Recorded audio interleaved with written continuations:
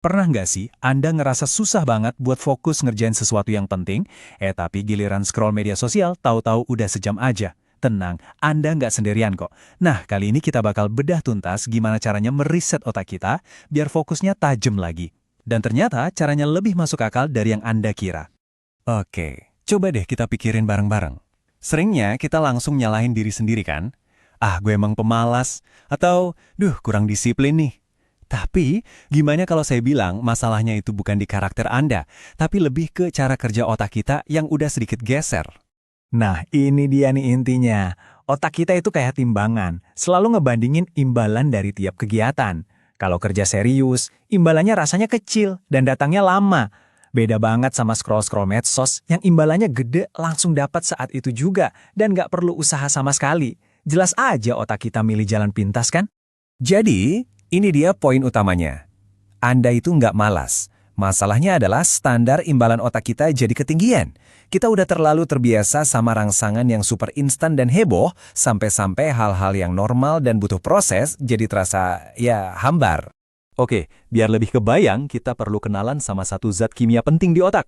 Anggap aja dia ini semacam tombol atau knob volume di dalam kepala kita. Banyak banget yang salah kaprah soal dopamin. Dikira ini cuma hormon senang-senang, padahal peran dopamin itu lebih ke soal motivasi. Dia yang bisikin ke otak kita, ini seru nih, kejar gih. Atau, yang ini kayaknya nggak sepadan deh. Jadi, dopamin itu bensinnya fokus dan semangat kita. Biar gampang, kita pakai analogi sederhana aja.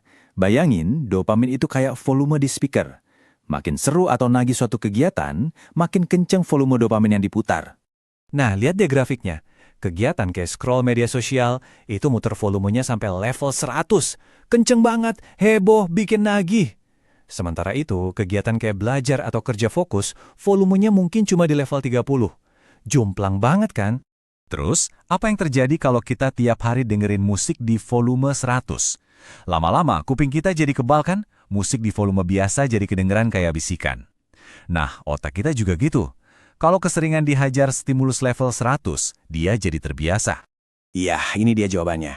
Saat otak kita udah tuli karena biasa dengerin volume 100, kegiatan di volume 30 kayak kerja atau belajar, itu rasanya sepi banget, bener-bener ngebosenin. Bukan karena kegiatan yang gak ada gunanya, tapi karena otak kita udah lupa cara menikmati sesuatu yang lebih tenang.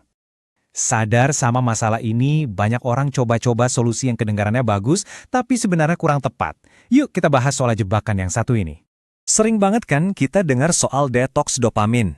Idenya adalah puasa total dari semua hal seru.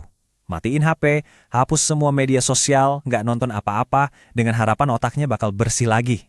Tapi, disinilah kesalahpahamannya. Mitosnya, dopamin itu racun. Padahal, kita justru butuh dopamin buat termotivasi. Masalahnya itu bukan soal jumlah dopaminnya, tapi soal cara kita dapetinnya. Terlalu gampang, terlalu instan, tanpa perjuangan. Nah, inilah yang bikin sistem imbalan kita jadi rusak. Oke, jadi daripada puasa ekstrim yang malah bikin sengsara, ada kok cara-cara yang lebih cerdas dan bisa dijalanin jangka panjang. Sekarang kita masuk ke 3 strategi praktis buat benar-benar meriset otak kita. Simpelnya, ada 3 kunci utama. Pertama, kita harus belajar buat nggak takut sama yang namanya bosan. Kedua, kita perlu melatih lagi otot fokus kita yang udah lama kendor. Dan ketiga, ini yang paling unik. Belajar buat nggak ngumbar-ngumbar rencana kita. Kita mulai dari yang pertama. Seringkali, kita ngerusak fokus kita itu justru pas lagi istirahat. Setiap ada jeda 5 menit, tangan langsung gatel pengen buka HP kan? Nah, buat ngerisetnya, coba lakukan kebalikannya. Pas istirahat, sengaja lakuin hal yang membosankan. Jalan kaki keliling ruangan tanpa HP, atau bahkan cuma duduk diam ngeliatin meja selama beberapa menit. Ini bikin otak kita jadi lapar lagi. Jadi pas balik kerja, rasanya lebih menarik.